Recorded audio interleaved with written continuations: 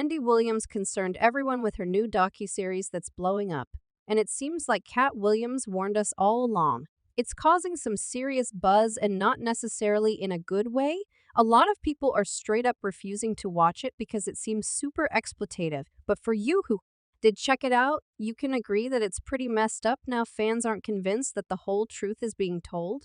And with people like Katt Williams allegedly doubting the whole thing, we can't blame anyone else who's raising an eyebrow at the situation. Rumor has it, the whole sickness act is just to conceal what's really going on. Wendy was kidnapped, and she's being controlled. At least that's what some people believe. Could it be true? Did someone do this to Wendy? Wendy was born on July 18, 1967 in Asbury Park, New Jersey. And she is a total media sensation, from spinning tracks as a DJ to becoming a shock jock in NYC. She's always been one to shake things up. Her epic on-air feuds with celebs made her a big deal, and she eventually scored her own TV gig, The Wendy Williams Show, in 2008. But then came that moment when she straight up passed out during a live Halloween contest. People started questioning her health, and rumors started flying. Despite the ups and downs, Wendy had a crazy successful career with books, TV spots, and even her own fashion line. Now back to the docu-series. The title, Where is Wendy Williams, kind of rubs me the wrong way. Like, hello, she's still here, right? But the show goes deep into Wendy's struggles with mental and physical health, which have been a major part of her recent life. But here's the deal, the series feels kind of exploitative, and a lot of people are wondering if it should have even been made. It's a tough watch and raises a ton of uncomfortable questions about privacy and media ethics. So Wendy's dealing with some heavy stuff. She's diagnosed with aphasia, which messes with her communication skills, and frontotemporal dementia, which affects her language, behavior, and cognitive function. No cure, no treatment, just 24/7 care.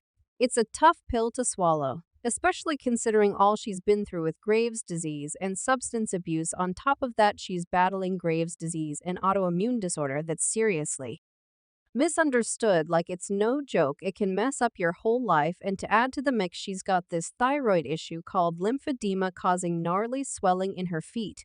Wendy's situation has some eerie similarities to Britney Spears' conservatorship drama. Holy In a new docuseries on Lifetime called Where's Wendy Williams, Wendy herself revealed that she was placed in a treatment facility against her will by her conservator and her manager. A situation eerily similar to what happened to Britney Spears back in 2019. Back in May 2022, Wendy got slapped with a financial guardianship by her New York lawyer Sabrina Maciai. Basically, her accounts got frozen cause her financial advisor claimed she wasn't all there upstairs. Then bam, she's under this temporary guardianship to protect her from getting financially exploited. Rumor has it that Wendy's basically being held hostage by the folks who put her under financial guardianship. And get this, that documentary allegedly part of their scheme to paint Wendy as unstable and in need of a guardian. And get this, Wells Fargo froze her assets before they even had solid proof she was out of it. Fast forward 2 years and bam, dementia diagnosis. Coincidence? I think not. And let's not forget, Wendy's no stranger to controversy. She's been throwing shade at powerful people since way back. Remember when she hinted at Diddy's DL lifestyle? Yeah, that got her banned from all New York radio stations. So what's really going on behind the scenes? So check this out. Diddy's former bodyguard spot led the tea, saying he saw Diddy straight up blacklisting Wendy from radio stations back in the day.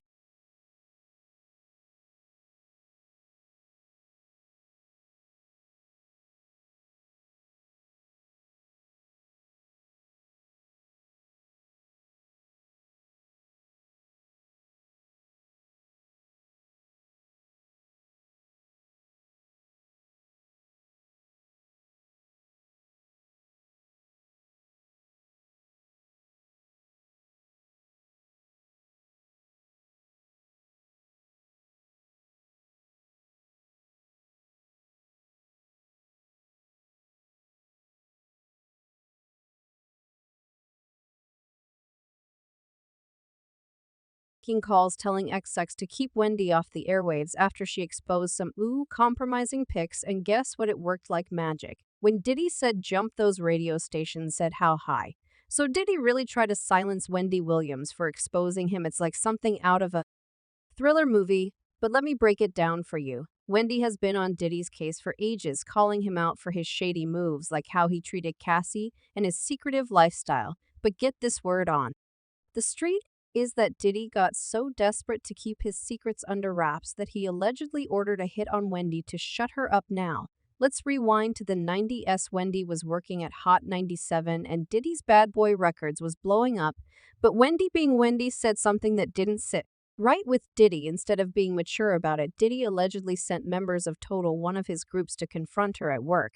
Can you believe it, sending his artist to do his dirty work while he sits back and watches? But here's the kicker.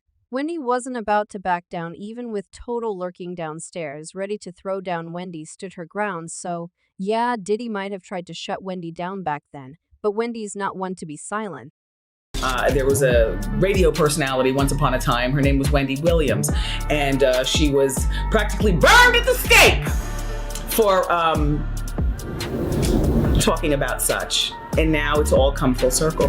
There were many situations, none of which to talk about, but there were many situations back in the day in my career, and it's all coming full circle now. So what happened was Wendy came across some packs of Sue Knight, Diddy's rival, hanging out with Diddy's son Justin, and this was the photo that Wendy had that Diddy got her fired for. And she was about to drop them bombs on social media. This would have been mega embarrassing for Diddy cause he was denying being Justin's dad, claiming it was all a setup by his baby mama. And that's not all. Wendy was also spilling the tea about Diddy being on the down low, especially when it was hella taboo in the rap game. He even had a pic of Diddy in a compromising situation with another man, but she never got to drop it cause Diddy made some moves to shut her down. Puff got one of the hottest DJs off of Hot 97 because she wanted to put up a picture of him getting his pants pulled down.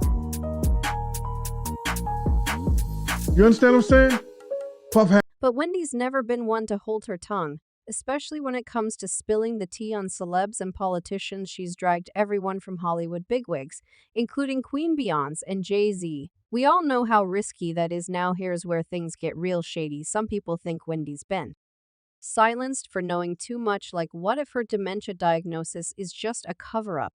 Especially since Wells Fargo froze her accounts right after her show got yanked off the air. Wells Fargo swooped in deck, layering Wendy an incapacitated person and locking down her accounts. They're even pushing for a guardian to step in and take over her affairs. Seems fishy, right? Like they're trying to control the narrative and silence Wendy once and for all. But we ain't buying it, so Wendy's lawyer went all out, accusing her former financial advisor Lori Schiller of straight-up lying to Wells Fargo.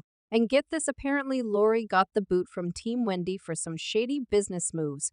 But then, to get back at Wendy Law, Ray pulled a sneaky move and convinced Wells Fargo that Wendy couldn't handle her own money. Wendy's family, on the other hand, they're saying they're totally left in the dark about everything: her health, her whereabouts, you name it. And in the docu-series, Wendy herself spills the tea, claiming her guardian straight up swiped cash from her butt. Here's the kicker: Wendy signed off on this docu-series. She's even a producer. But like, was she really in the right state of mind to make that call? Is that even a load? Now, the series was supposed to be about her big comeback, but it quickly turned into something way darker. Watching it feels like you're stuck in the Twilight Zone. Everyone's acting like everything's peachy keen, but Wendy's clearly struggling.